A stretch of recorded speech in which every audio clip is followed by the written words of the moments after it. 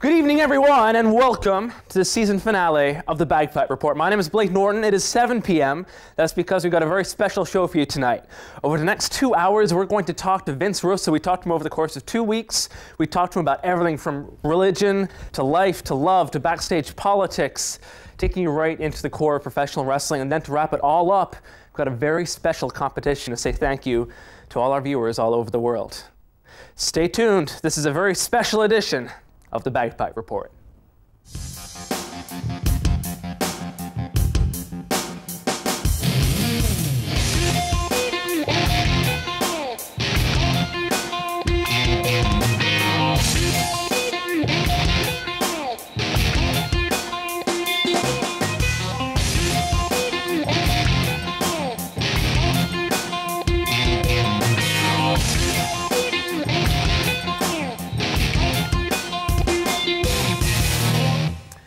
Okay, on the line right now we have one of the most controversial and one of the most influential personalities in modern professional wrestling history. Vince Russo, you will know him on screen from NWA TNA and WCW, but perhaps his greatest influence was off screen, where in the boom period for WWF in the late 90s, he was one of the spearheads, one of the main driving forces and creative forces behind the entire company's product. It's a pleasure right now to welcome to the Bagpipe Report, Mr. Vince Russo. How are you, Vince? All right, I'm doing fine. Good. Now, the first question, there are so many millions of questions. We do so many interviews here, but there's a million first questions I could ask you, but let's start simple. Last night, NWA TNA had their first monthly pay-per-view, and as far as we have heard, it is your last pay-per-view with the company. Is that the case? Yeah, last night was my last day. I gave my notice probably about a month ago, and last night was my last show. Does it specifically relate to that show, that product, or is it the direction that your life has gone in which led you to decide to leave? Well, to be honest with you, I think it's a combination of both things. I think it's not I wouldn't necessarily say just that product, but I would say the wrestling business in general, and you know, kind of what I've seen over the past 5 years, just has really been disappointing to me. You know, I mean, since I left the WWE, which was about 5 years ago, I mean, what I've seen over the last 5 years, I mean, just as a wrestling fan, has just really been disappointing to me. And quite honestly, it's just really not my style of entertainment. And you know, that along with the fact of you know, I mean, as I got older and as I grow older and wiser, you know, priorities in life, you know, just change. And, you know, I'm certainly not the same guy I was 5 years ago when I was writing, you know, with the WWE.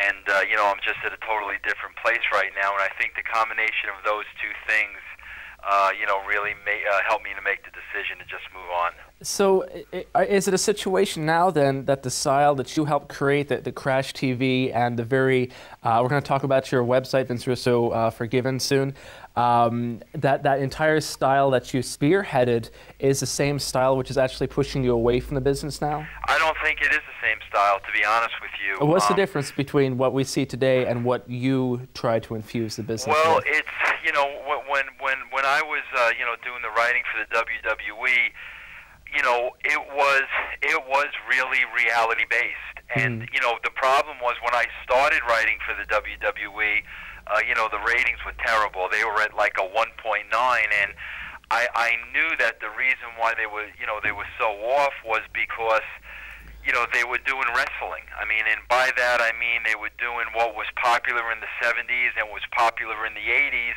and this was the late 90s. That wasn't working anymore.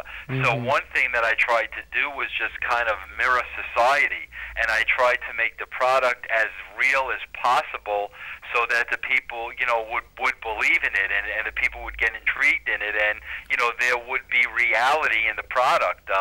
You know, Stone Cold Steve Austin, you know, him at odds with the boss Vince McMahon.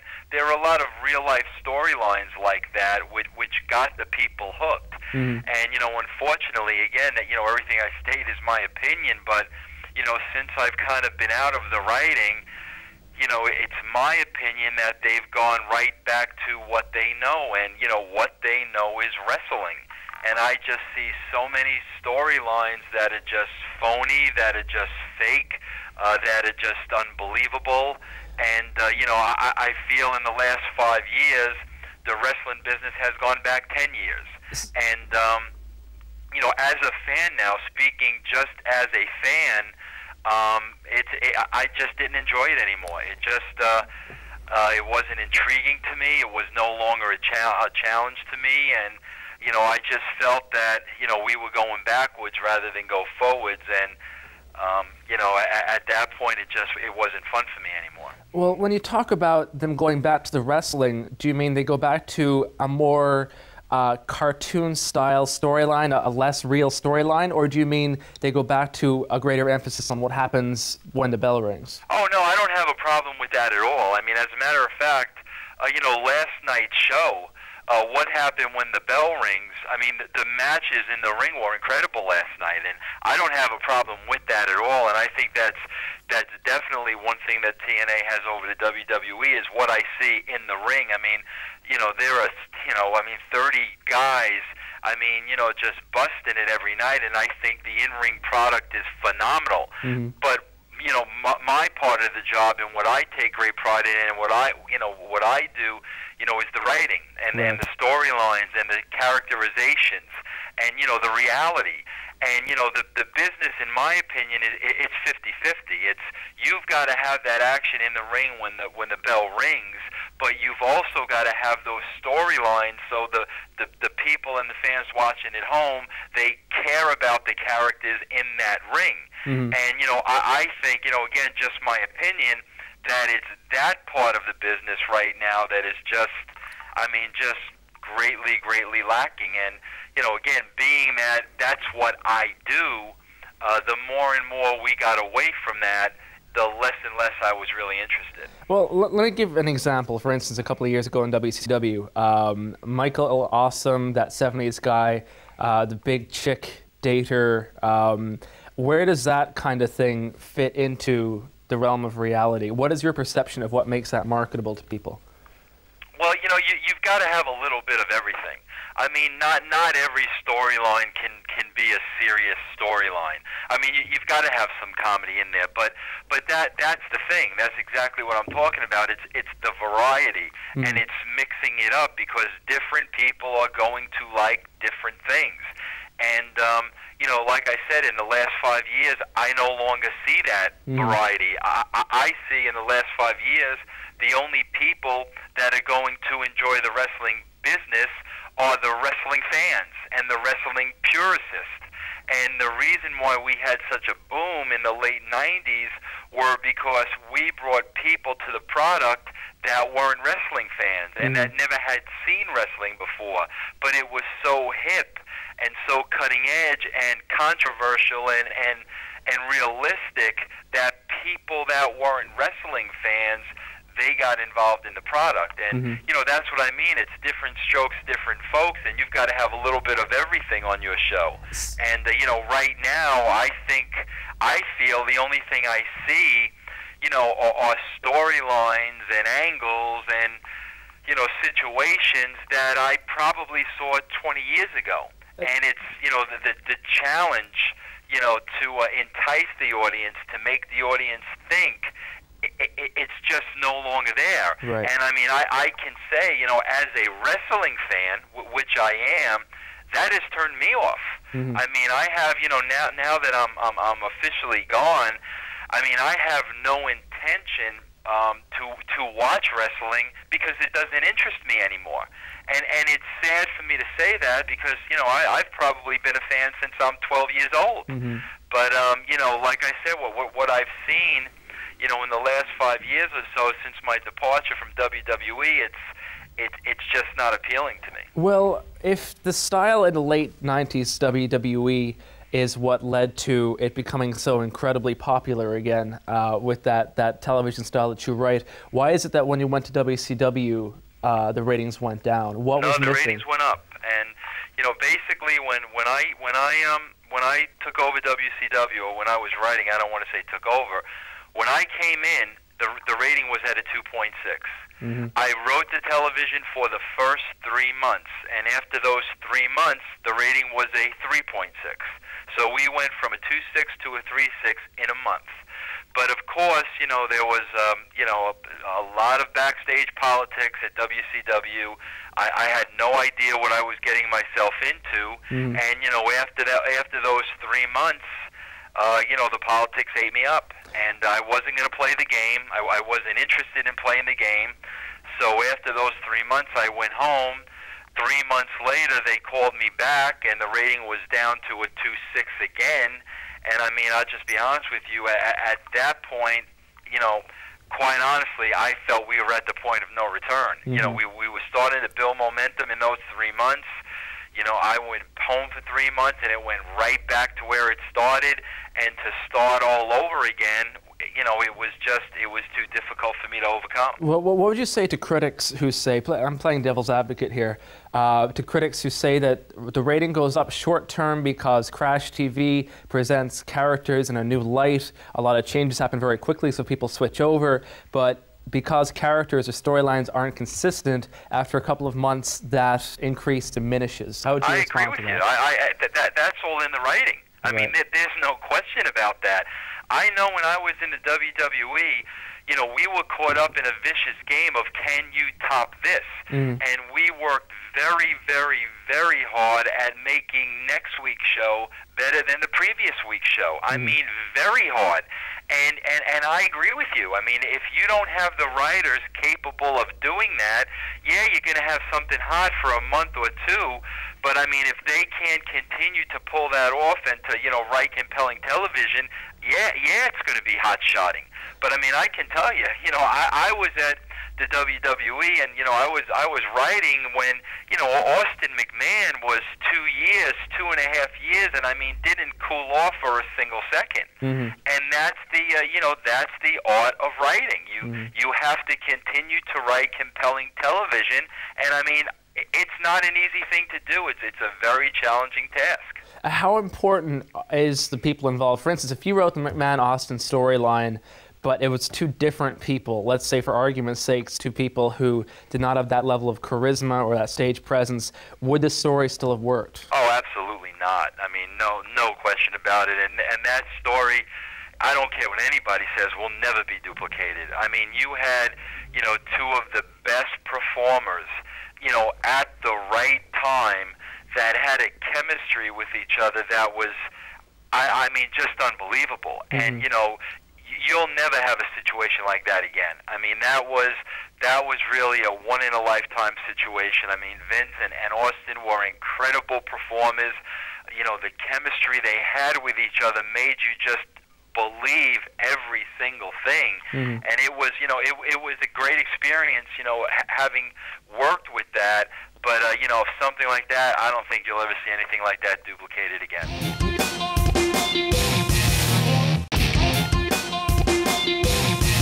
You touched on the politics in WCW, and of course, from the outside, the biggest incident was what happened at the Bash at the beach with Hulk Hogan.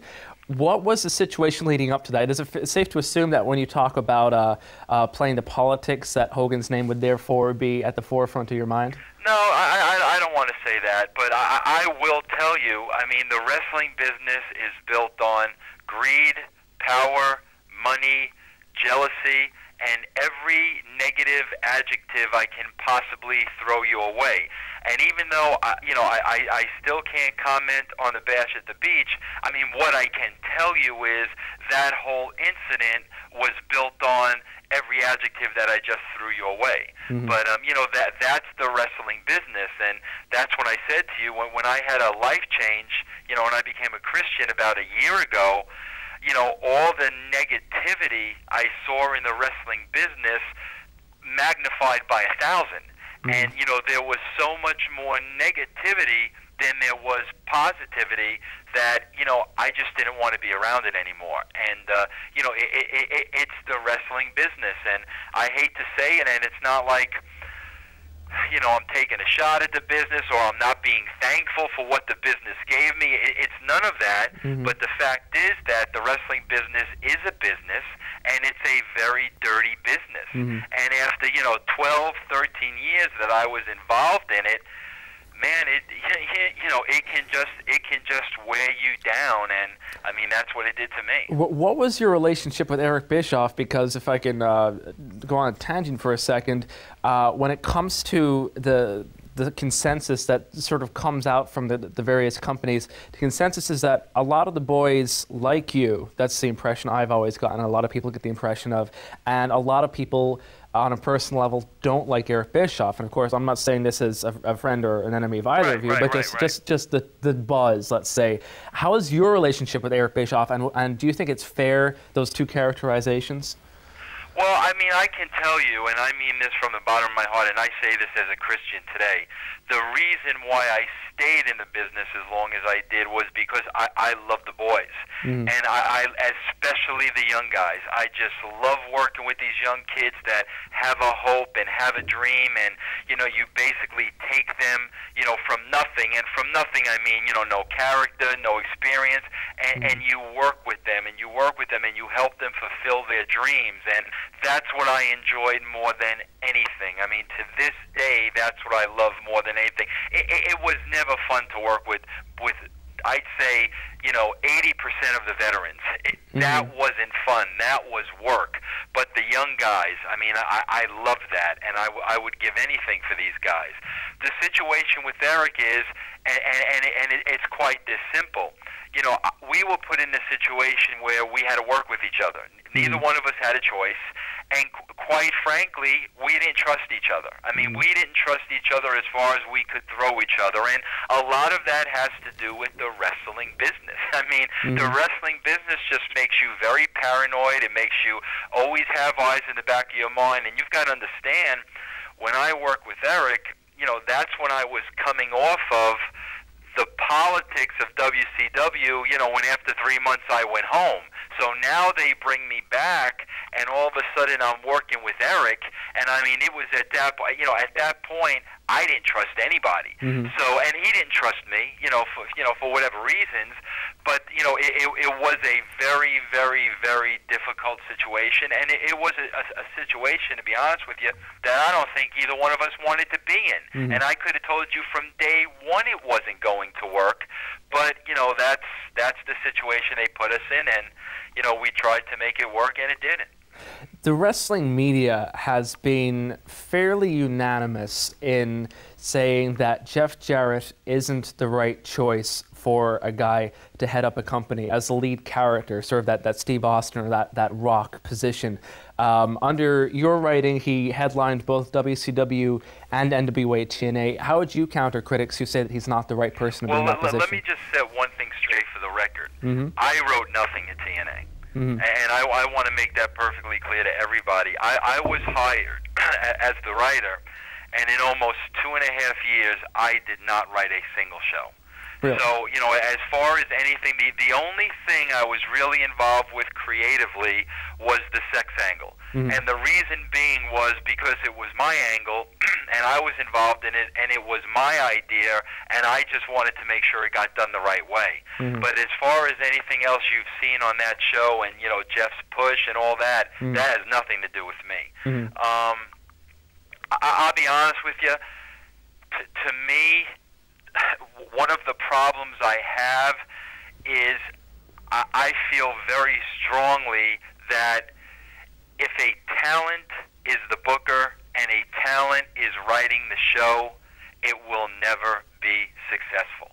And I think that's why we had the success at the WWE, because for a good part of that, you know, time, it was myself and Ed Ferrara writing the show. Ed Ferrara and I were not wrestlers. We weren't looking out for ourselves. There was no selfishness involved. So basically what would happen would be, you know, every week, you know, Vince would give us a roster of 40 guys, and it was our job, you know, me and Ed, to get 40 guys over.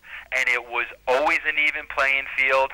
Everybody always had a storyline, and you know, everybody was a star. Well, you know, when you have a talent writing the show, human nature is you're going to cover your back first, and you're going to make sure you're on the show, and you're going to make sure that your spot is protected. And then after that, well, then we'll talk about everybody else. Do you think it was the wrong move then for you to write yourself in WCW as one of the pivotal players? The Well, power no, that because be? see, that's another misconception. If you understand, if you remember, the first 3 months we were doing the powers that be gimmick. Okay, I was never on television. Okay, when I started working with Eric, it was Eric's idea to put me on TV. It was never my idea. So you would have preferred to be off television. You would prefer to be off television. Absolutely, absolutely. But here's the deal too. I mean, it's twofold. It wasn't only that. I mean, it was Eric's idea to put me on television, but also, to be honest with you, they were putting such pressure on me at WCW to get ratings overnight, till I finally got to the point where I said to myself, okay, if you want ratings overnight, no problem. I'll go out there and I'll do it myself. I mean, that was really the point that I was pushed to. But, if I had my druthers and if I had things, my way, I would much prefer to sit back, write the show, produce the talent, and that be the end of it. I mean, I can tell you I've never enjoyed being a performer. I mean, I haven't. And, if I had things my way, I would have just wrote the show and I just would have produced the show. If you don't have an interest in being a performer, why have you been with TNA for so long if you haven't been a writer? Because I'll be honest with you, Jeff, who is the writer, I think Jeff thought I was a better performer than I was a writer. And I'll be honest with you, that's insane, because I know how I can write, and I know what I'm capable of. But Jeff, who was the writer, saw things differently. And again, one of the main reasons I've been involved with TNA is because Jeff's a good friend of mine, and I wanted to help him out. I wanted to help a friend out. I wanted to help him get this product off the ground. And as the writer of the show, he felt I was a better talent than I was a writer, so it was his choice to put me on there as a talent. They always say that the like back when we're talking about valets or managers, that the manager or the valet shouldn't outshine the talent. Do you feel that there's ever a problem there when, of course, you were, for example, managing AJ Styles, and you're so much taller than AJ is, it actually made him look shorter when you were around him. Do you think that took away from, for this particular example, took away from AJ's credibility? I mean, I'll be honest with you, I don't buy that stuff. I mean, I really don't. But again, what it comes down to is producing a talent and making a talent larger than life and making a talent the best that they can be. And that doesn't happen overnight. I mean, that's weeks of TV, months of TV, even years of TV. So I mean, I don't buy into that at all, because if I were working with AJ and I were producing AJ, and I had, AJ for a year or 2 years or whatever, that wouldn't even be a problem. But, so I mean, again, it depends on who's writing your show, You've been involved with the TNA product for pretty much 2 years now. What is your opinion on how the company has grown? Have they done the right things or the wrong things to become a major company? Rate them out of 10.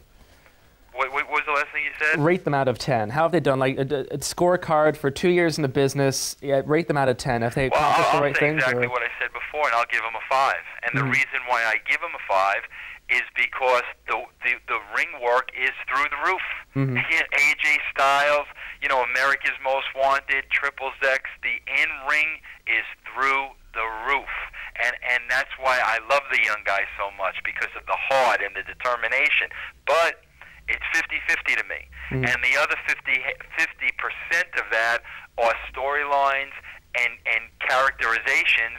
And again, in my opinion, I think they've done a terrible job. And, so if you ask me, yeah, the in-ring product is through the roof. It's tremendous. But the other side of that coin, the entertainment aspect of it, I think that leaves a lot to be desired. Who's a better wrestler, Ric Flair or Kid Cash? In my opinion, Kid Cash. Why? He's just more exciting to watch to me. I mean, nothing against Ric Flair, but I think Kid Cash is a great talent.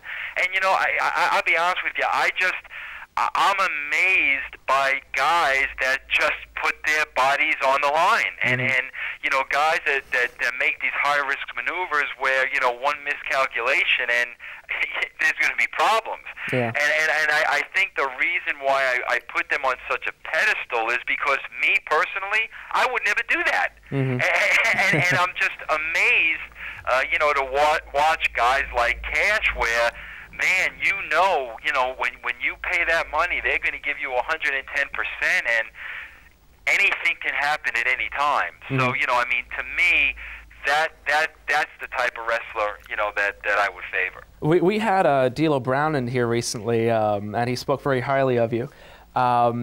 His opinion that he expressed with us about working in wrestling is that to do a high spot or a gymnastic move which risks one's life takes guts, but to cut a promo and with just simply words or with very basic actions in the ring to sell tickets with that and to become over with that and create business with that, that's what wrestling is really about. How would you respond? That, but yeah, when you asked me about Ric Flair, I thought you were talking about the in-ring work. I am. I'm talking about. I absolutely agree with what D'Lo said. There's no question about it. There's no question about it. It's not easy to go out there and perform and get the people. It's not easy, and there's an art to it. Mm. And that's what Flair does, and that's what Flair is. In my opinion, that's what he is incredible in doing. And I don't need to tell you that. Everybody knows that. Yeah. But yeah, I agree 100% with D'Lo's comment.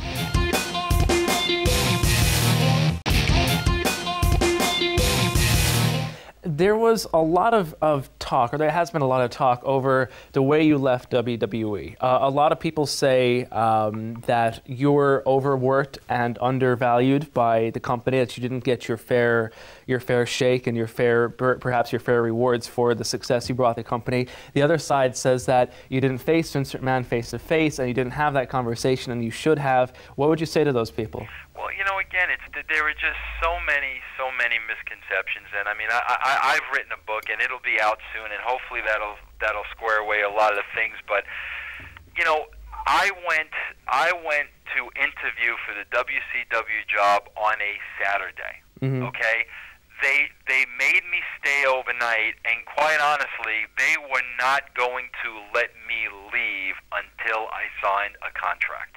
And again, that's my fault.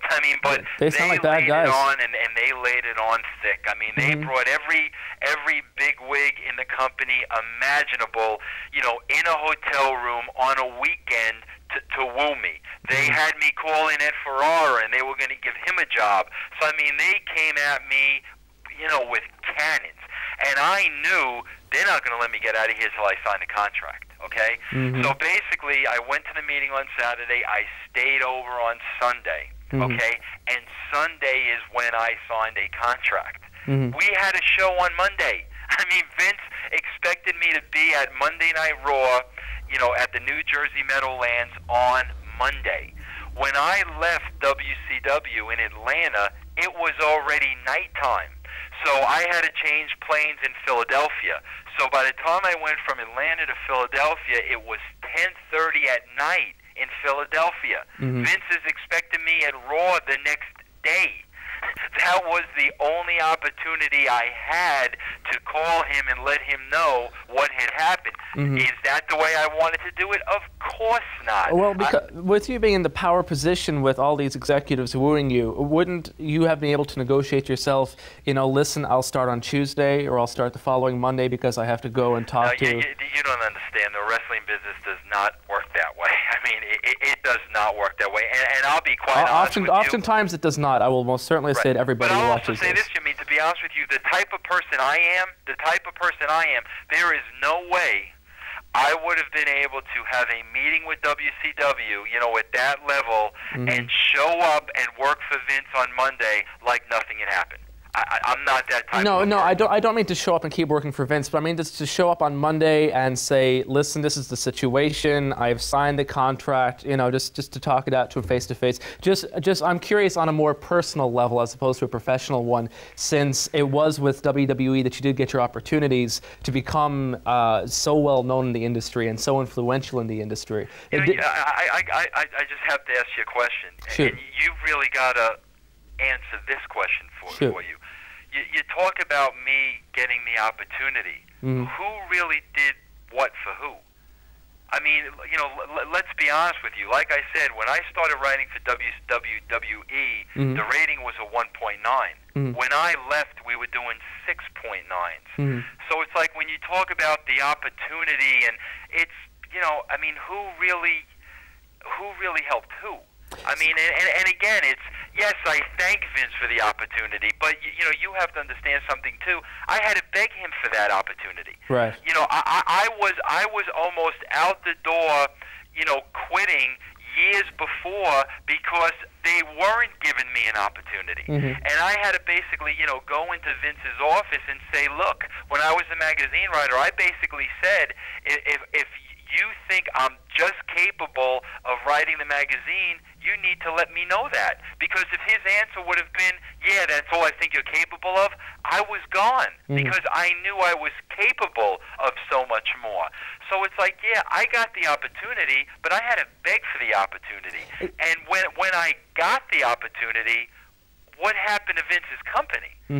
So it's like, you know, I'm not disagreeing with you. I would have loved to have that conversation with him in person, but there is no way that I would have accepted a job, you know, from WCW and then show up at the building with all the WWE talent and tell Vince, oh, by the way, I'm going to work for WCW. And, you know, I mean, and I'll be quite honest with you. One of the reasons why I went back there, you know, about a year ago, was to finally be able to have that conversation with him. Because it always troubled me that I couldn't. So, I mean, you know, just, you know, 2 years ago, I think it was last July, whatever it was, part of the reason why I went back there was because I wanted to have that face-to-face, and I wanted to apologize, and I wanted to say, okay, Vince, you know, I'm sorry that's how it happened, but this is why it happened that way.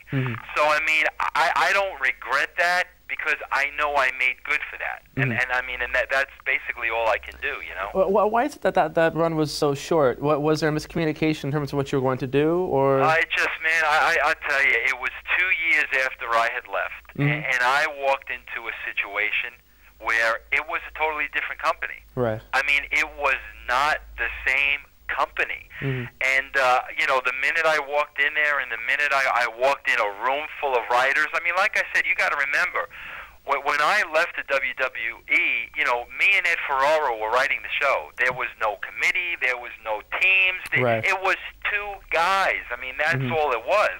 All of a sudden, I walk into a room of 10 writers.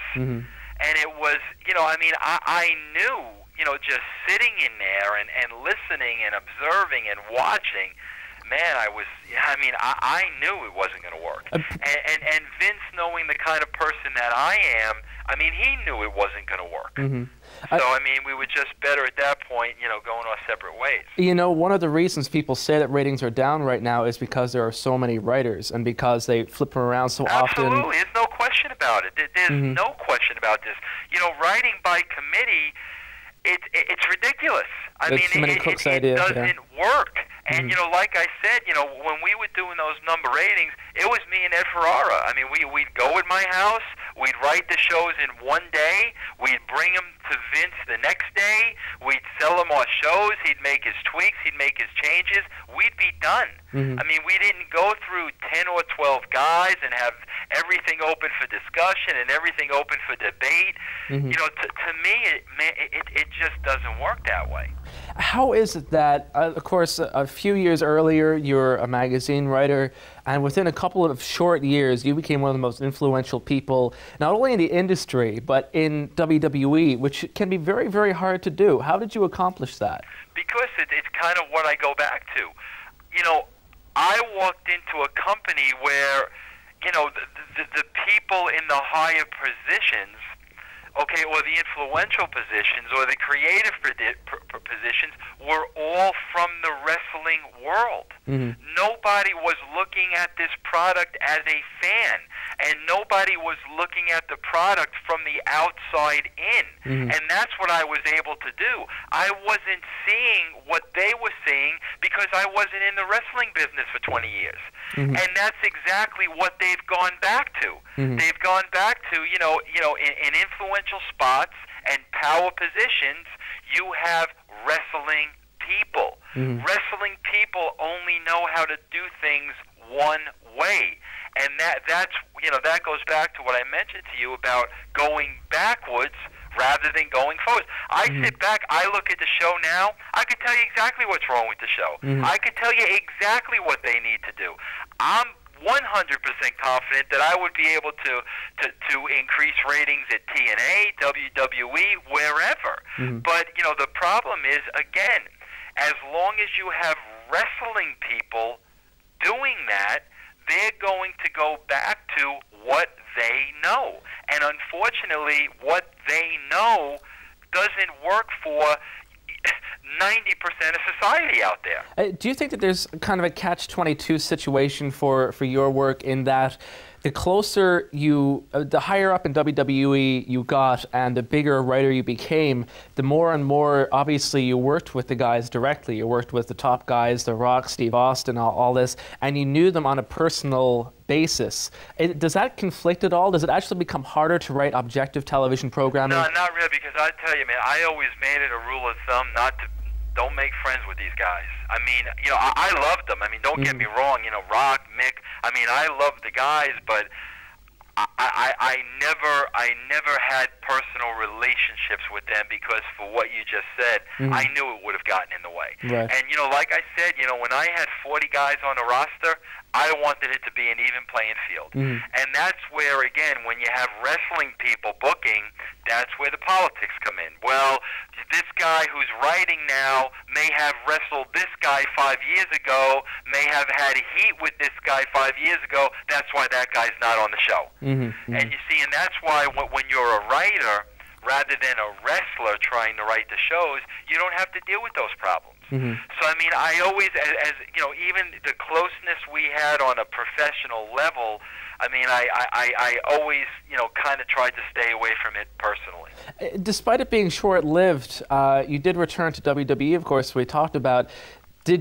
Were you surprised by that, given the fact that, I mean, the war was very bitter between WCW and WWE, and at one point, like one of the highlights or lowlights, I would say, was the Oklahoma angle, which seemed to openly make fun of Jim Ross's Bell's palsy condition. There was a lot of venom back and forth on either side. What would you say now about the Oklahoma angle and the bitterness that there was just between the two companies, which of course translates over to its employees after time? It's ridiculous.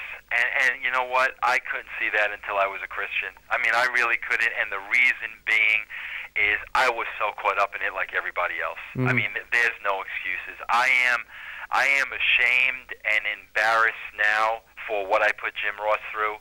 I look back at that, and I can't even believe that that was the same guy who's talking to you now. And of course, if I could do that all over again, I would, but I can't. But it's the bitterness in the business, and not only the competition. I'm talking about within your own company. It's horrible. It's horrible. And like I said, I look at that Jim Ross situation, and I mean, all I can do is publicly apologize to him. Say I'm sorry because. Again, you get so caught up in it that you're willing to sell your soul at any price. And that's who I was. And that's what I did. And, like I said, having been saved a year ago, boy, you just look at things, very, very differently now. Yeah.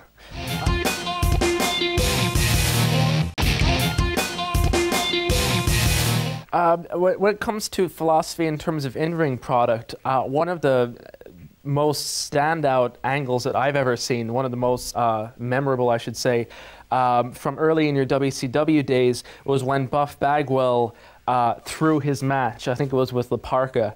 And it completely changed the dynamics because, of course, most people who watch know that wrestling isn't 100% a competitive sport. But this was saying, basically, that this guy went into the match knowing he was going to lose. And at that point, the logic was that everyone that goes to the ring knows if they're going to win or lose. So all matches become meaningless. How did you make that? How did that philosophy work for you? That's where the reality comes in. Because let me tell you, let me say something to you that just dawned on me. I became a Christian, the only people that think wrestling is real are the people in the wrestling business.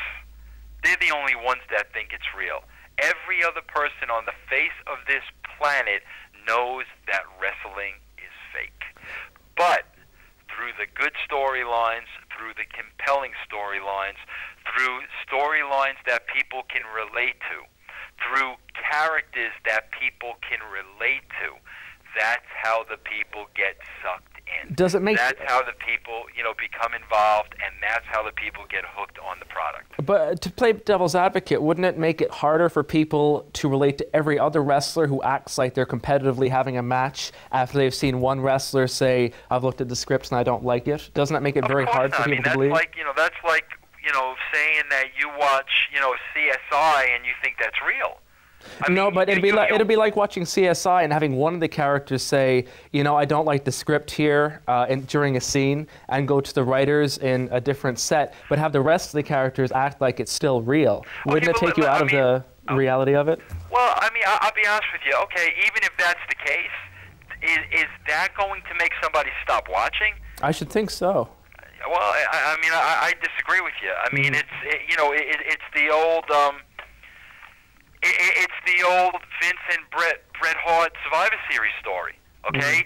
We were saying everything else was fake, but this was real. That's what we were saying, that Bret screwed Bret. That whole thing, this was real. Everything else you see is fake.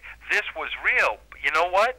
That was the start of the success in the late 90s for the WWE. That's very true, but how that played out was that Bret and Shawn are having a competitive match, and Vince screwed Bret out of the match. And it wasn't overtly said, Bret was booked to win or Shawn was booked to lose, but the way it played out in front of a naive wrestling public is that Bret may have been in the middle of a successful defense, but we won't know because Vince called for the bell early. So it didn't immediately destroy the illusion, if you know what I mean.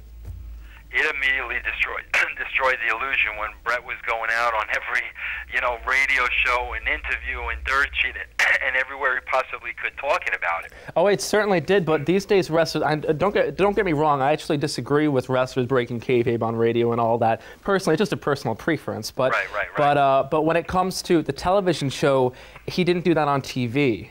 And if he did that as part of the product where every other character is meant to be real, but he is supposed to be the exception, then there's a conflict there, isn't there? Shouldn't all wrestlers be acting real or all wrestlers be acting like it's fake? Is it difficult to do in between?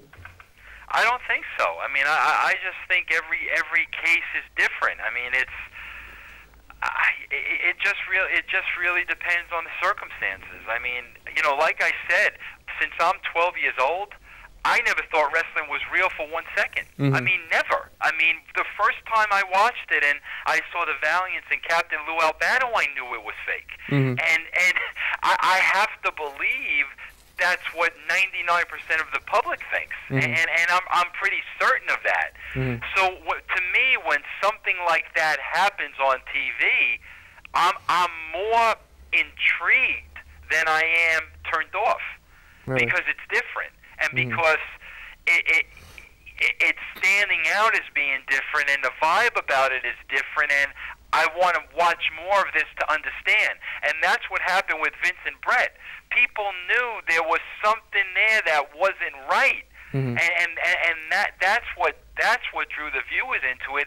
And that's when that right there was the start of reality TV. That interview Vince gave right there was the start of reality TV, and from that day forward is when the ratings started to climb, because we were no longer insulting the intelligence of the audience. We were basically telling them this happened. They didn't quite understand, but they tuned in. They tuned in because they wanted to kind of figure out what really went down. If the Bret Hart screw job was fake, and I'm not saying it is, but I'm just saying for argument's sakes, the Bret Hart screw job was a work, and everybody involved was working, everybody from Vince to Bret on down, what would it lose versus being real if the people believe that it's real? As long as people believe that it's real, it doesn't matter whether it's real or not. The only thing that made people believe that was real was Vince McMahon's interview on that show. because I never forgot it. It wasn't a worked interview. And when you're watching... But if he's very good, couldn't he work an interview to make people believe it? Not like that. So some of my best interviews have been what I was feeling at the time. Believe me, there's a huge difference for going out and doing an interview that you feel in your heart and you believe in compared to doing a wrestling interview. I mean, it's night and day, and I know it when I'm doing it. So believe me, when people at home are watching, there's a big difference between Vince McMahon cutting a promo and doing an interview like that than Mick Foley going out there and saying what he's going to do to The Rock in the upcoming match. And I mean, as a performer, there's a big difference. You know when you're acting, and you know when something's hitting home. And when that translates on television and that comes across on TV, people know either this is real or this is wrestling. I remember that Vince interview like yesterday, and I mean, that was very real. Are you therefore saying that it's impossible to create a compelling storyline, that it has to be real, and that I'm saying every storyline should come out of a speck of reality. Every storyline should start with some kind of reality. Every one of them. Because that's the key. If the performers believe it, and it means something to them, and it stirs up something in them, okay, they're going to go out and they're going to translate that, because it is going to mean something to them. Either there's going to be real heat there, or either they don't like this guy, or whatever the case may be. When they go out and do it, it's real to them. Now, when they go out and do that and it's real to them, the person sitting at home is seeing the same thing. That's the key to reality, and that's what we always try to do. Sit down with the performers, get a sense of reality for who their characters should be, what's going on in their lives, is there any heat with anybody backstage, that sort of a thing, to tap into that, because then if they went out and they did it, it was real to them, which came across as being real to the viewer at home, which goes right back to the Vince McMahon interview. Vince cut an interview that was real to him, and when the people at home watched that, they sensed it. Would it therefore be fair to say that if this business had better actors, better wrestlers, better writers, then it would be better industry? Because no question about it. Because then they could create storylines instead of... Let me make a statement right now. People say that Vince Russo killed WCW. I'll tell you right now, the wrestling business is killing the wrestling business. There's no question in my mind. Look at who are in the key spots in the companies that are prevalent right now. The wrestling business is killing the wrestling business. If you had, writers, writers that weren't wrestlers writing the show. If you had, I said many times, part of my recruiting for entertainers would be, let's see who goes through the independents and who goes to the wrestling schools and all that. I said, but I'll tell you what too. I'd go to Hollywood and I'd sit on the corner of Hollywood and Vine, and I'd see some of the characters that would walk by all day long, and you know what? I would grab some of those people and teach some of those people how to be wrestlers. So absolutely, no question about it. If there were more outside people involved, you would have a much more real product. Do you think then that the fact that the business is down, and as you say, every great storyline has to be based on a real issue to some degree, do you think that outlines a shortcoming in writers and wrestlers to be able to create an illusion? Not at all. Movies create, because a creation's a creation. If something's created, you're going to know it's created by watching it. The performers aren't good at... Okay, that's a good question. But here's the key. The performers are wrestlers. Okay, they're wrestlers. They're not actors. So if it is a creation by the writers, no matter how good the writer is, no matter how good the story is, you're asking a wrestler who's not an actor to pull it off. And 9 times out of 10, they can't. But if it's a real story, if there is no acting involved, if it hits true to home, they can go out and do that. You see, that's the difference. That's why the thread of the WWE storyline right now should be Triple H is married to Stephanie McMahon. Mm-hmm. If that were the thread and everything came off of that, I promise you the rating would not be in the mid-threes. I will agree with you most certainly on that point. Since you talk about Crash TV and realistic storylines being the crux of drawing in a wider crowd, why is it that wrestling between 85 and 90 was so popular, 80,000 at WrestleMania 3, 80,000 at Wembley Stadium, when it was based on in-ring and there was very little Crash TV and outside angles were kept mainly to the ring? You think during that time was based on in-ring, or you think it was based on characters? I mean, you're talking right smack in the Hulk Hogan era. Yeah, no, don't get me wrong. The characters certainly are what sell the show. The character is the big deal, but all the stories came from thirsting for, like Hulk Hogan, Andre the Giant, thirsting for a championship. You're right on the money, because for that time, that's what worked. For that time, you know, you had superheroes. You had characters that were bigger than life. I mean, you had great characters back then. But, bro, I'll tell you firsthand, you know, Jake Roberts and Ricky Steamboat and Demolition and Brutus Beefcake. I can go on and on with those people. You had great characters. That was tremendous for that time. I don't need to tell you, in 2004, we're in the age of reality TV. You know, people don't understand. Let me try to explain it to you the best I can. Sure. And bro, I've got to go soon. I mean, we can continue this if you want, but I really got to go soon. Cool. But let me explain to you the best that I can, which I don't think people understand. Okay, 9/11. Okay, when the entire world is sitting at home and they're watching airplanes crash into the World Trade Centers over and over and over again. Okay, bro? You are not going to see anything more real than that. That's as real as it gets. Okay? In the same time, okay, at the same time, you change the channel, you've got a guy in a cowboy hat and a guy wearing a crown trying to sell something that's blatantly fake as real. You see what I'm saying now? That's what insults the intelligence of the audience. When you're looking at something that is blatantly fake, and you're trying to sell that as real.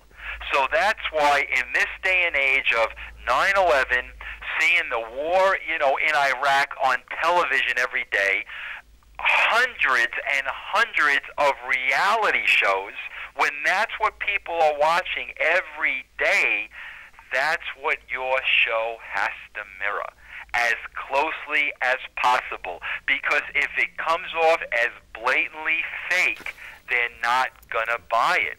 And that's why, you know, that's why the Stephanie McMahon Triple H story is such a beautiful story, because it's so real. And if you told that story on TV and the politics and, you know, Hunter's writing the show, and, you know, if you told that story on TV, I promise you the ratings would go up tomorrow. But rather than do that, they continue to go through the route of fake wrestling. And today, in this day and age, 2004, people are not buying fake wrestling anymore. Well, our opinions certainly differ on many topics, but Vince Russo has come out here and been very candid with us on his opinions and his exceptionally profound contributions to the wrestling business. I would love to talk about VinceRussoForgiven.com and a series of other topics. Will we pick this up someday? Absolutely, yeah. I mean, I want to definitely talk about that, because that's, like I said, that's one of the reasons why I really made the decision to leave. I've got my own ministry online now, and it's VinceRussoForgiven.com. And, you know, as I mentioned, I've got a book coming out, and I just hope to really, you know, go out and start speaking, you know, to people and just telling them, you know, basically about how Christ changed my life and where I was and where I am now, and more or less, if it happened to me, it can happen to anybody. Well, we'll finish our talk on the wrestling business, about the revelations in your life, and much more in the coming days. Vince Russo, thank you for taking the time to talk to us here in the Bagpipe Report, and we will talk to you again very soon. Thank you. And we are back. Last week we spent an hour talking with one of the most interesting, one of the most well-known, controversial personalities in the wrestling business. And this week he is back. Vince Russo is talking to us now from Atlanta, is it? Yes, Atlanta, Georgia. We're down in Atlanta, Georgia. Well, neither of us are home right now, so we got that in common. We're going to finish off talking a couple of little bits about wrestling. He's going to talk to us about his new website, VinceRussoForgiven.com, and his new direction in life, in fact, since leaving wrestling 2 weeks ago now. One of the last things I want to ask you is that we touched on this last week, how there's a perception out there with you and Eric Bischoff, who you worked with in WCW, that people come up with perceptions from newsletters and from the internet, and I will tell everybody as much as anyone else that those are often wrong. There's absolutely no reason to, I mean, people believe that they know stars such as yourself far better than they have any right to. And there's that perception that A, you're that nice a guy, and B, there's a couple of guys like Bret Hart, Jim Cornette, who criticize you, say that you don't know enough about wrestling and that you don't understand the industry enough to lead it forward. When people say things like that, what is your take and what is your counter to that? Well, you know, my counter to that is they're looking at the wrestling business differently than I am. And, you know, quite frankly, I mean, I know Jim Cornette is a big critic of mine, quite frankly, but quite frankly, I didn't know that Bret was. But, you know, if their comment is, I don't understand wrestling, well, I'll be the first to admit, and we touched upon this last week, I don't look at it as wrestling, I look at it as entertainment. Right. And I look at it as a fan, and I look at it as a television show, just like I look at any other television show on the air.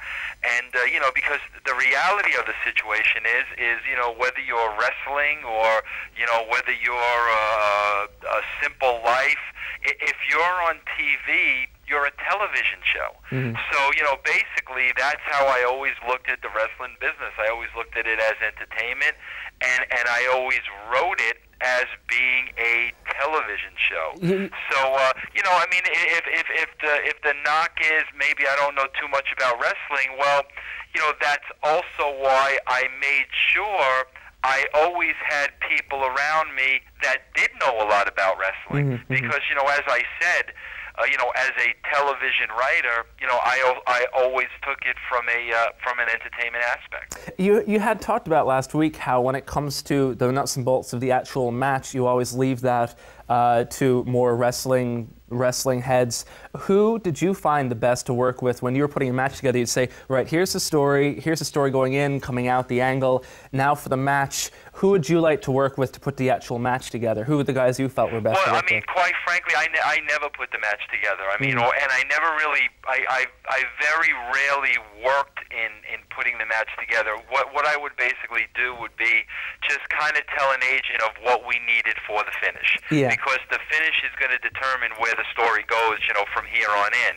So basically, you know, with the agents I've worked with in the past, it was just a matter of, okay, guys, you know, this is how we need the match to end. You know, however you want to lay it up to that point is fine with me. I suppose, I mean, what I was asking is, did you have favorite agents that you looked on TV and thought, you know, this guy gets what I'm about, or did you not even really process that part of it? I'll be honest with you, I really didn't process a part of it, and that's only because, you know, I had 100%, you know, absolute confidence in what the agents did. I mean, the agents were wrestlers, so I had absolute confidence that, okay, you know, these guys know wrestling, they know how to lay out a match, I don't have to worry about that aspect of it. And again, which goes right back to what Cornette and Bret Hart said. You're right. I didn't, you know, worry about the wrestling aspect of it because there were other people that did. What my job was to worry about the entertainment and the television aspect, which they didn't. If you can understand that. Yeah. Do you agree with Vince McMahon? I think one of his famous quotes a while ago, and of course for someone in his position, this is quite a funny thing to say, where he said I'm paraphrasing here, but it was something along the lines of, the only thing wrong with the promotion is that I can't take the word wrestling out of WWE. Oh, absolutely. You know, Vince and I mean, you know, people don't realize this, but you know, when we were at our peak, you know, Vince and I, you know, our inside joke was, we're not going to be done with this until a wrestling ring no longer exists. And again, if you go back to the 90s, the late 90s with the success, I mean, you know, people don't understand, there was very, very little wrestling. It was storyline driven. And, you know, again, we talked about it a little last week, but, you know, you had something that the average person, not the average wrestling fan, but you had something that the average person could relate to, and that's when that's why it was so successful. Now that they've gone back to wrestling, well, that's the reason why you've lost that entire mainstream audience that you once had. Well, I mean, for my money, I'm a wrestling guy. I mean, I was sort of brought up on the dungeon style ethics of professional wrestling. For my money, as a fan, with someone with a different opinion, I don't think business would have been as good in that era, and pay-per-views would have been as popular if Steve Austin wasn't delivering excellent 25-minute main events for each pay-per-view in '98 and '99. Do you think that, in that case, that if the main events, if you had a lesser wrestler, but someone with just as much charisma as Steve Austin, that it still would have worked as well with the same storyline? I do, because, and again, no offense to you or any wrestling fan out there, no offense at all, but the mainstream audience, and what I'm talking about is that entire audience that wrestling has lost. They didn't see that. I mean, you know, the mainstream audience, quite frankly, they don't know a good match from a bad match. I mean, they really don't, because they're not watching it for that. They're watching it for the soap opera. They're watching it for the entertainment. You know, they're watching it for Austin McMahon. They're watching it for Mick Foley and Sacco. I mean, that's what they're watching it for. So, you know, the answer to your question is no, because, you know, like I said, that the majority of the people we were drawing at that time, you know, didn't know a good match from a bad match. Well, there's certainly a lot of substance to that point.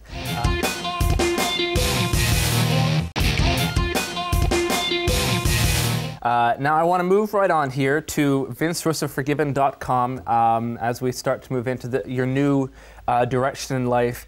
What is the purpose of that website? Because I looked at it, and you have Terry Taylor's written on it. You have different bits and pieces yourself. You have a 3 to 5 minute video, which I saw, where you explain to people why it is that you became a born again and what led you to that direction in life. What is the website for? Well, you know, I think the website is really to try to tell people and try to explain to people and try to make people understand that there is just so much more than the everyday life that they see in front of themselves and they deal with every day. As a matter of fact, in my opinion, that life means nothing. And I mean, that life and the life that we all lead and the life that we're all going through right now is basically practice for where we ultimately want to wind up. And I think I can say that better than anybody, because being in the wrestling business for 13 years and just things that, you know, meant the world, and, you know, I mean, things that just, you know, means everything to people in the wrestling business and the fans, and things that meant the world to me in the wrestling business. I look back now, and it's almost sad, because those things mean absolutely nothing. And I had to go through that process of living that life and being in that situation for 13 years, and I'll be honest with you, a good majority of them were miserable years, only for me to finally realize, you know, this isn't what it's all about. You know, there is something else out there that we're all supposed to seek, and until we start to seek that, we are never going to have fulfillment, or we're never going to have happiness. And, you know, like I said, if you would have told me, you know, 14 months ago or a year and a half ago that, you know, Vince Russo would have became a born-again Christian and had a website dedicated to God, I would have been the first one to laugh in your face, because I was the guy that was so far away from God. I honestly, a year and a half ago, I honestly couldn't have even told you the story of Jesus Christ and who he was, and I had no idea, because I didn't want to know, because I was so consumed with everyday life, and everything was so important, and everything meant the world, that what really did matter, and where I was going to find peace and contentment, I didn't have a clue at that point in my life. And so basically, if I could just make people through the website realize there is something else out there, and if you're, you know, if you're married to a great woman, and you have children that you love, and you have a great job, and, you know, you make good money, if you have all those things and there's still something missing, well, you know, you need to really take a good look at that and try to understand what it is that is missing. Now, on the website, a couple of things that I read here, which I found interesting. There's one quote about your work back in WWE and your retrospect on it now, where you say that we simply hid behind the excuse, I'm not writing this show for kids. But the fact was, kids were watching, they were watching, and we knew it. That's why we were shipping out Stone Cold Steve Austin lollipops by the truckload every week. Do you think that wrestling, as someone in your position now, is it something that turns you off? And do you actually look back on perhaps like the late 80s wrestling and things like that, and actually think, God, you know, if that was still on TV, I would prefer my children to see that? Do you get that kind of perspective? Well, I think wrestling can be written in a way that would be acceptable and that could draw the masses. I mean, there's no question in my mind, and we touched upon that, you know, a little bit last week. Yeah. But I mean, I'll be honest with you, even though, you know, at that time when I was writing the television and I didn't have God in my life, I had a conscience. A conscience, and I believe now that the conscience was God, because I'll be honest with you, I wasn't writing a television show for kids, and I never claimed to be. I mean, we were on television from 9 to 11, and I was writing a show for the television viewer who was primarily watching television at that time. Now, I'll be honest with you, you know, it was, you know, again, Vince McMahon's decision to, you know, sell Stone Cold Steve Austin slip and slides and Stone Cold Steve Austin lollipops and, you know, stuff that was blatantly being sold to kids. And I had that conversation with Vince, and I said to him, Vince, this isn't a show for kids, and I'm not writing a show for kids, and if you continue marketing WWF products to kids, that's where you're going to get yourself in trouble. And I told him that, and as a matter of fact, I was even at that point, you know, I was put in meetings where they were talking about new WWF products that were coming out. And I more or less would sit there as the guard dog saying, well, I'm sorry, but that's geared towards a 5-year-old, so that's geared towards a 10-year-old. I did that for a while at the WWF. So, you know, quite frankly, you know, from where I stand now, I know that you can write a television show that's acceptable to family viewing, but at the same time can also draw you a rating. One thing that's often said about this current generation of wrestling fans is that so many of these fans, including me, became fans back in the 80s when you had the Hulk Hogan characters and that style of cartoon style, superhero style wrestling. And of course, now that generation has grown up and we're in our 20s and our 30s.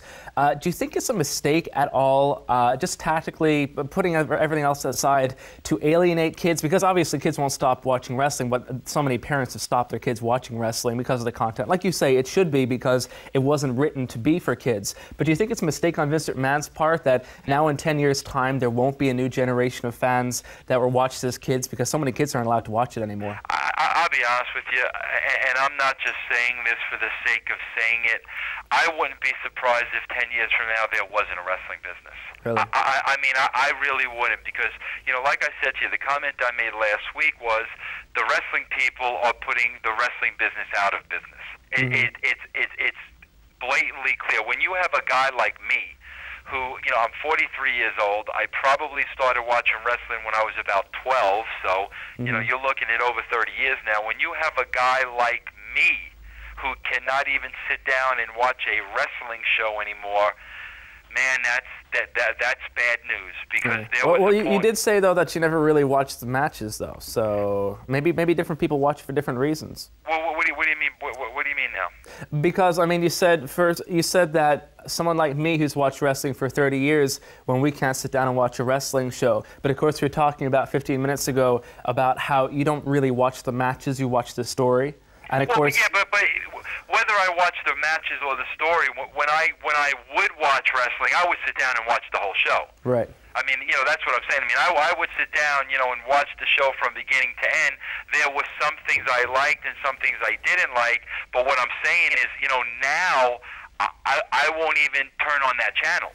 I mean, that's how alienated, you know, this wrestling fan has become. And, you know, again, it's a lot of what we talked about last week. And when you have people in the wrestling business that have been in the wrestling business for 20 years that are writing your show and that have no idea, you know, what is going on in the world around them today, you know, slowly but surely, if you continue to do that, your product's going to be dead. And I mean, and I honestly believe that.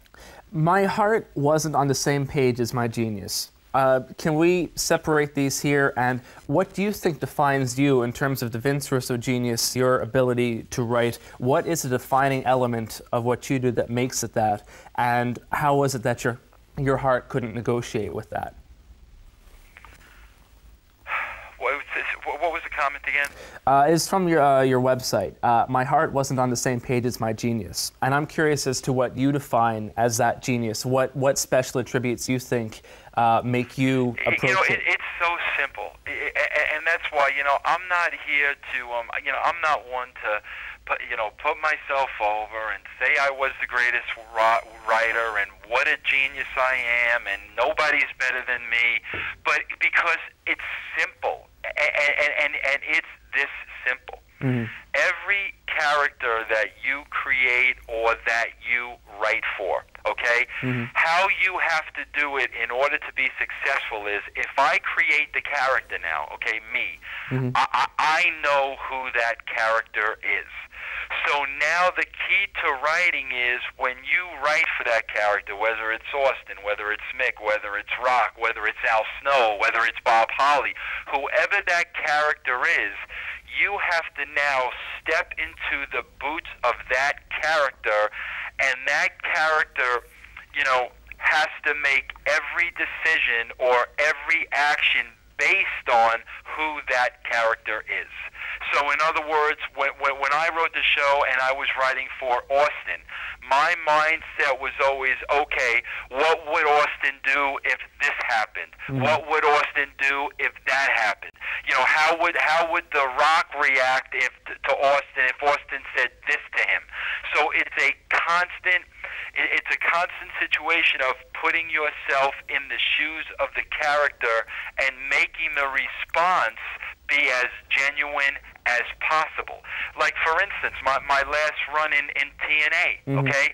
Vince Russo, the character, was going out and saying and doing things that Vince Russo, the character, would never do or say. Right. So now when you're at home and you're watching this, if the character playing the part isn't feeling it, well, you watching it at home certainly aren't going to understand it. So, I mean, there really is an art to putting yourself in the shoes of the character and reacting as that character would truly, truly react. That does not happen today. And that's one of the biggest flaws of any wrestling show that you'll watch. That's actually pretty much my follow-up question, is that so much of the media today says exactly that, is that apart from the top couple of characters, even that and a lot of critics say that, you know, the top couple of characters in TNA or WWE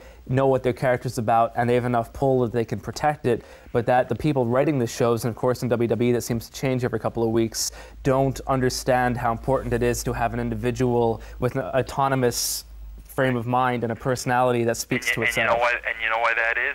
Why is that? Because they're not writers.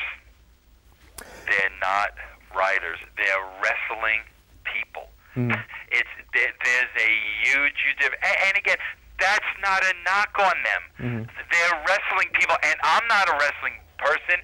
I surely don't have the expertise and the knowledge that Jim Cornette has when it comes to wrestling. I surely don't. But the bottom line is, I don't make believe I do. Right. I don't have it, and I say I don't, so what I do is I put that in the hands of Terry Taylor, or I'll put that in the hands of somebody that does.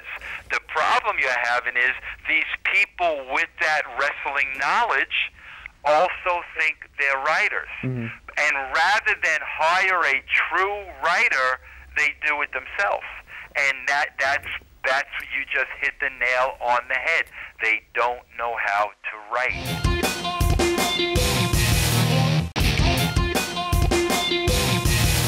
An irony right now is that the last couple of years WWE has put out a lot of, and again, I'm not trying to harp on WWE's case here, but this is the way it is right now.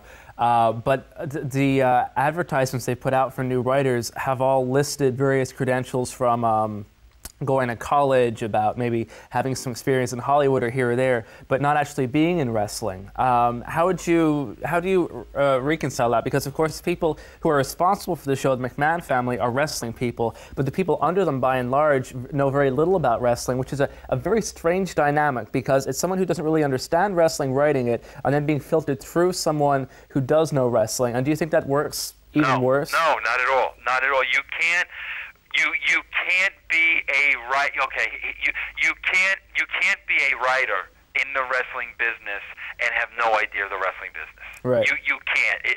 You have to know and understand the wrestling business.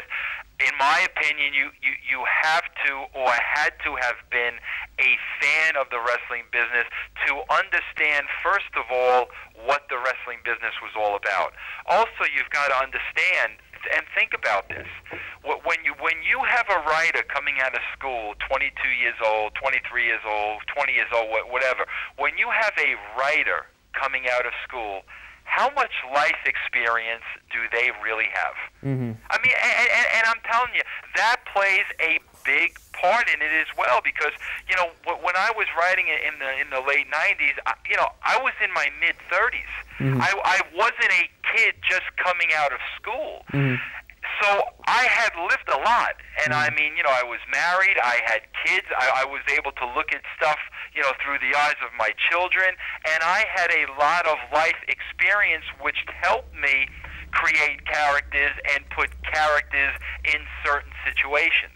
When you're just coming out of school, and I mean, and you're a writer and you're green behind the gills, number one, if you don't understand the wrestling business or aren't a fan of the wrestling business, you've already got a problem.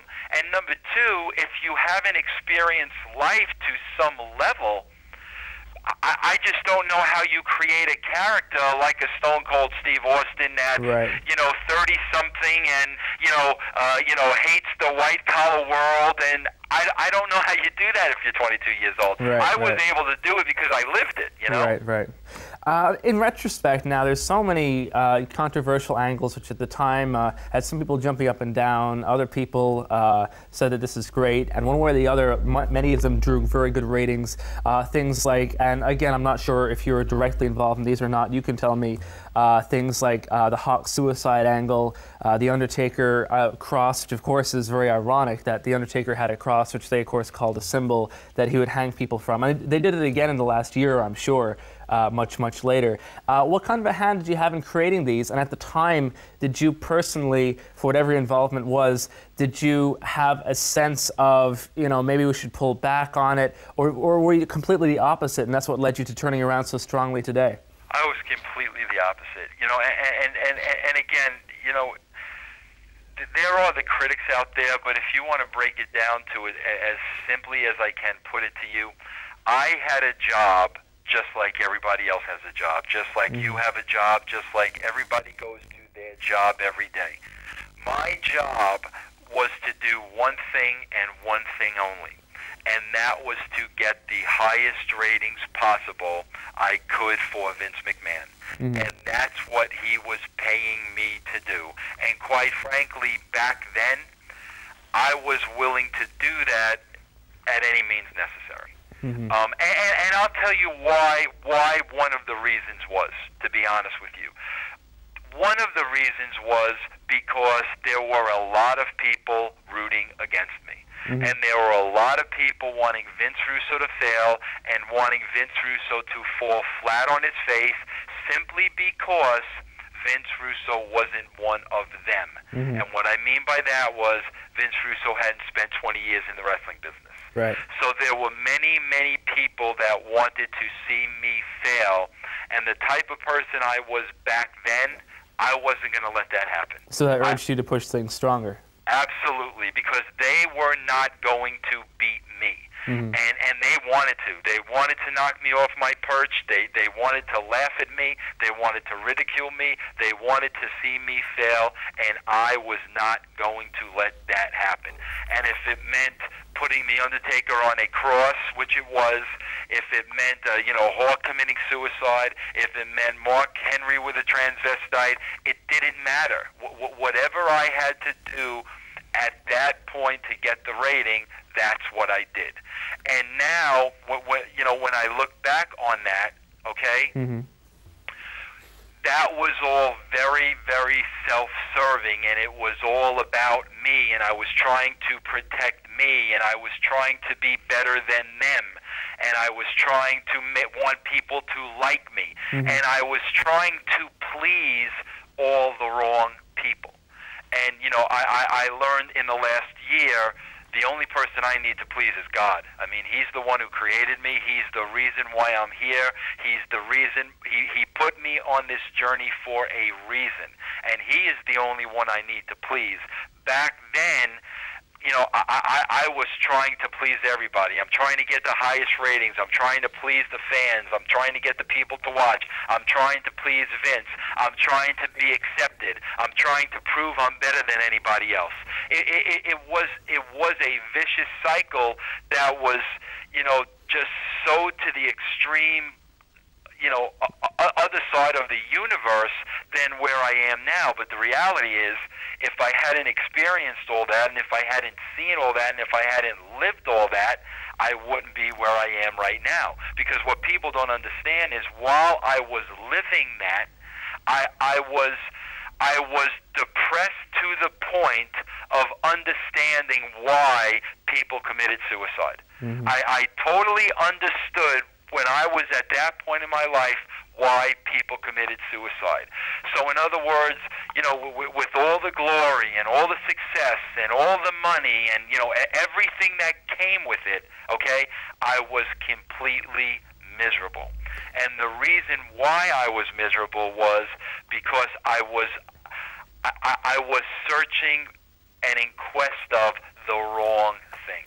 And that's why I was never happy doing it. What was was there a moment or a time where things turned around a couple of months ago? How exactly, like, take us through how this transition happened and well, how long it happened last October, so I mean, it's been a good, you know, I mean, it's been a good 13, 14 months now. Right. I'll tell you, basically what happened was, you know, I was with TNA at the time. Mm-hmm.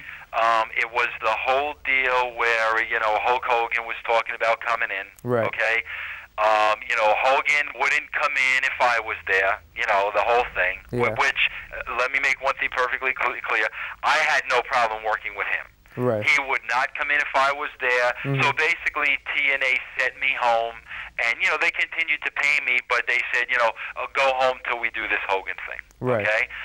So I went home till they did the Hogan thing, and the more each day that I sat home and thought, I sat home and thought, I sat home and thought, I started hating Jeff Jarrett more than I hated anybody in my life.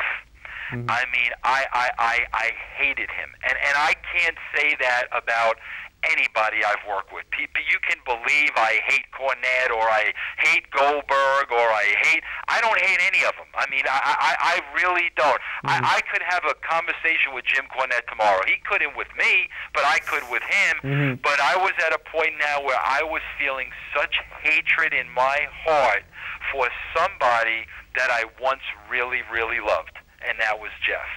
And as my heart became more black and black and black, and I really started feeling this hatred I never felt before, I mean, I'll be honest with you, my body was shaken from my feet on up, and there was an overwhelming feeling of, look at yourself, and look at what you've become. Mm-hmm. And look what this business has done to you.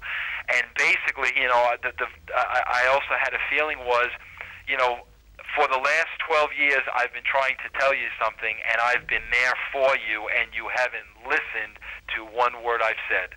Are you going to listen now? Right. And it was really, really at that point when I had a friend who I loved more than anybody in the wrestling business that I now began to hate with a passion. Mm-hmm. And the hatred in my body was so overwhelming and at a point that it had never, ever been before. And that's when I just got the wake-up call, and basically the call was, you need to look at yourself, and you need to figure out why you're feeling this way. How is it that, do you feel on the surface, that hate was focused at that point towards Jeff Jarrett? Was it because he was a friend of yours and you were in the wrestling business together? No, was it because a lot of it had to do with, I mean, I'll be honest with you, and I really don't want to get into this because I don't want to talk about it. I mean, mm-hmm. But I'll be honest with you.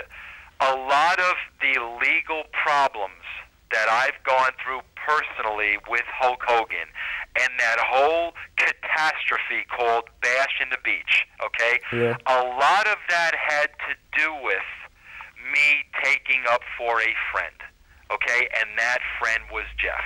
And that wasn't reciprocated? And a lot of that had to do with, you know, the way it was laid out to me for Jeff, a good human being and my friend, how he was to be treated that night, okay? Yeah. And I couldn't stand for it because it was the wrong way to treat a human being.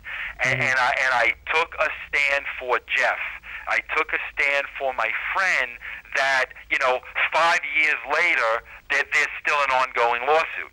Mm-hmm. So now, you know, knowing that in my heart, that no matter what I had to go through personally, I did the right thing because I took up for somebody that didn't deserve anything less, and then seeing that guy turn around and bring in the same guy to work for NWA and tell me, his good friend, to go home. Right. Because, again, what it came down to was, it had nothing to do with friendship anymore. What it came down to was, how many bars is Hulk Hogan going to get us? Right.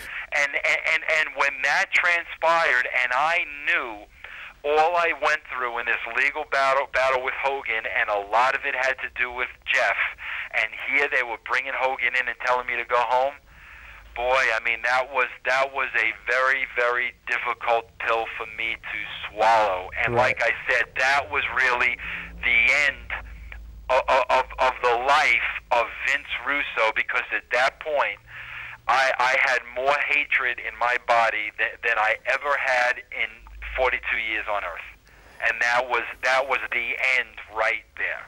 The bottom line is, once I became saved, which was right at that point in time, once I became saved, I forgave Jeff 100%.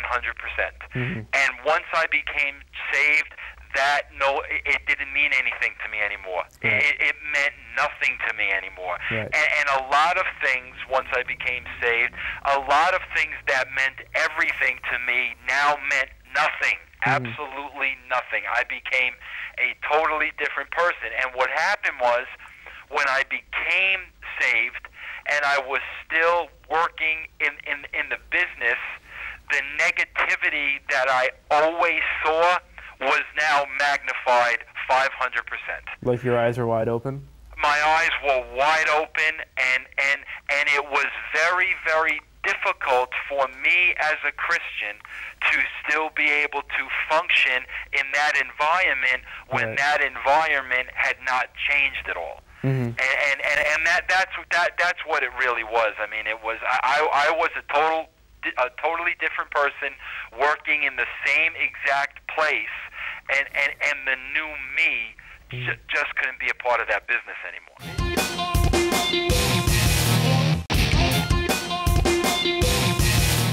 You've left the wrestling business before, and I never left the wrestling business on my own terms. And I mean, let's make that perfectly clear, because everybody says that. I thought there was stop me if I'm wrong here. I thought there was a statement a couple of years ago before you went to TNA about you leaving the business and not wanting anything to do with it anymore. No, I mean, I probably wrote something like that, feeling that way at the time. But I mean, I don't think I would have ruled it out all completely. I've never. This is the first time in 13 years that I've left the wrestling business on my own accord. I've never left the business with it being my decision before. Right. And even that statement you're talking about, well, that statement was probably after 2001 when my WCW contract ran out. Yeah. But I never left wrestling. This is the first time that I gave my notice on my terms and I walked away. Did you notice, actually I'll make it two-part, before October last year and since October of last year, were you aware of religion being an influence over many of the boys and their way of life backstage? No, not at all, not at all. And then, then once I became saved, then, again, it's just, once you become saved and once you become a different person, you look at people differently. I mean, you can just really see things crystal clear, and you can really see things for, what they are. I mean, since I became saved, I was able to spend some time with Sting, and I was able to have some conversations with him that I never in my wildest dreams, when I worked with him at WCW, thought I'd ever be having. Right. I was able to, see a guy like AJ Styles, and being able to completely, 100%, wholeheartedly appreciate him now, and where he is in his life, and what kind of a human being he is, when, 16 months ago, if the guy didn't want to do something because, he had religious beliefs and it was against what he believed, I probably would have looked at it as a joke. So it really makes you look at every single person and every single relationship differently. You can add, as well as Sting and AJ Styles, you can add Terry Taylor, Ted DiBiase, Shawn Michaels. Yep. Why do you think so many people in wrestling, if they haven't been very representative of their religion throughout their lives, why do you think so many people later in their careers have become born again? Because, in my opinion, the wrestling business is so cold and so callous that it rips the heart right out of you. And I mean, I can tell you, when I got into wrestling business, I was a normal guy. I had normal jobs. And when I got into the wrestling business, it changed me. And it changed the person I was, and it changed me for the worse. And it literally ripped the heart out of my chest, to the point that I told you I could totally comprehend why people committed suicide. And I think that's why I don't think it's coincidental that, you know, a lot of wrestlers are being born again. A lot of wrestlers are being born again because their life and their experience in the business is miserable. They find themselves depressed. They find themselves, they just find a huge void in their lives that, you know, success didn't fill, money didn't fill, you know, being the main eventer didn't fill. And, you know, finally you come to the conclusion that I'm traveling down the wrong path here. I'm trying to seek something that I'm never going to find. And that's, you know, that's when you're hit with the revelation. But, again, the negativity of the wrestling business, I really think that has a lot to do with it. Has the wrestling world heard the last of Vince Russo? You know what? I'll be honest with you. I'm not going to say yes, and I'm not going to say no, because the bottom line is, you know, as a Christian, I have turned my life over to God 100%. And I have absolute faith in whatever road He has paved for me and whatever road He has chosen me to take, I have absolute faith in, and I take it day by day. I know that, you know, my instructions now and my instructions a few weeks ago was to get out of the wrestling business. And that is what I did. And I got out of it. And, you know, now that I'm out of it, I continue to study. I continue to feast on His Word. I continue to get more knowledge to solely prepare myself for whatever it is that He has in store for Vince Russo. And you know what? If it is wrestling a year from now, if it's whatever it is, you know, I'm there. So, I mean, one way or another, I can't tell you because it's not up to me. It's up to Him. Well, ladies and gentlemen, whether you love him or whether you hate him, and you have plenty of both, Vince Russo has been one of the most influential and one of the most hard-working people in this industry in the last 10 years. And if this is the last we hear from you for the time being, thank you very much for joining us here, helping to explain where you've been and where you're going. We wish you the very best. Thank you very much, Vince Russo, for joining us here on this special edition of the Bagpipe Report. All right, thank you. Well, ladies and gentlemen, that's about it. It's been a wonderful season of the Bagpipe Report. We've changed the face of professional wrestling and had a lot of fun doing it. I've personally enjoyed very much being paid an awful lot of money to tell you what to think. And if you want to catch more of those opinions, check out BlakeNorton.com. You can hear how I personally turned Ireland into the Jerusalem of professional wrestling. I think you'll enjoy that. Also check out, while you're online, the WrestlingChannel.tv. You're going to catch all the upcoming stuff. There's going to be new shows. We're changing schedules. We're doing a whole lot more. While we're off the air, there's going to be a whole lot more coming on, so make sure you stay up to date. Also, the TWC forums are so much fun. All the fans sharing their little opinions. It's really cute. I think you'll really enjoy it if you haven't seen it yet. Finally, I want to say to you, we've got a very special competition. It's a little way of saying thank you for your patronage and for being part of this great project, the last 22 episodes. The competition is as follows. You can win not 200, not 300, not 400, but 500 pounds worth of wrestling merchandise. That's not all. We're also offering 2 gold backstage front row tickets to this mega super card coming up in March. That's right. This coming March 19th, the Coventry Sky Dome will be playing host to one of the greatest nights of professional wrestling in modern times. You want this great prize? One very simple question. Who was the first live in-studio guest on the Bagpipe Report? Was it A, Doug Williams, B, Johnny Storm, or C, Burchill? 3 English favorites right there. You text your answer, Blake A, Blake B, or Blake C to 88066. You've got until next Thursday at midnight to get your answers in. Now, in terms of March 19th, we're leading up to that big TWC Super Show.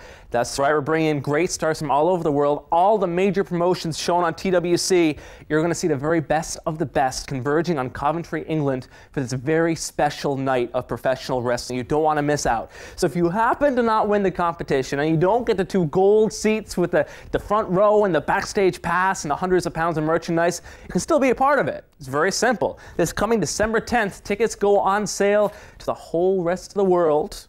You can check them out at the Sky Dome box office. That's December 10th for the big TWC Super Show coming March 19th. Okay, ladies and gentlemen, we are out of here. We're going to have some fun. December 11th, Saturday, December 11th. If anybody's around, a couple of us and the boys are going to head down to Fibber McGee's on Parnell Street. It's now called Bacchus. We're going to be there maybe around 6 p.m. So if you guys want to come with us, maybe reminisce a little bit about TBR, say and think what you will about me and about the whole show. It has broken amazing ice, amazing ground, and there's only one reason that has happened. Is because of passion, because there's an awful lot of people here who want it to happen, not because of the money, not because of the lights, the guests, or the audiences, or the bottom line, because we love wrestling. And I hope if you've enjoyed wrestling, you've enjoyed sharing it with us. Saturday, December 11th, 6 p.m., Fibber McGee's, now Bacchus on Parnell Street. Maybe we'll see you there. Ladies and gentlemen, take care. This is Blake Norton signing off.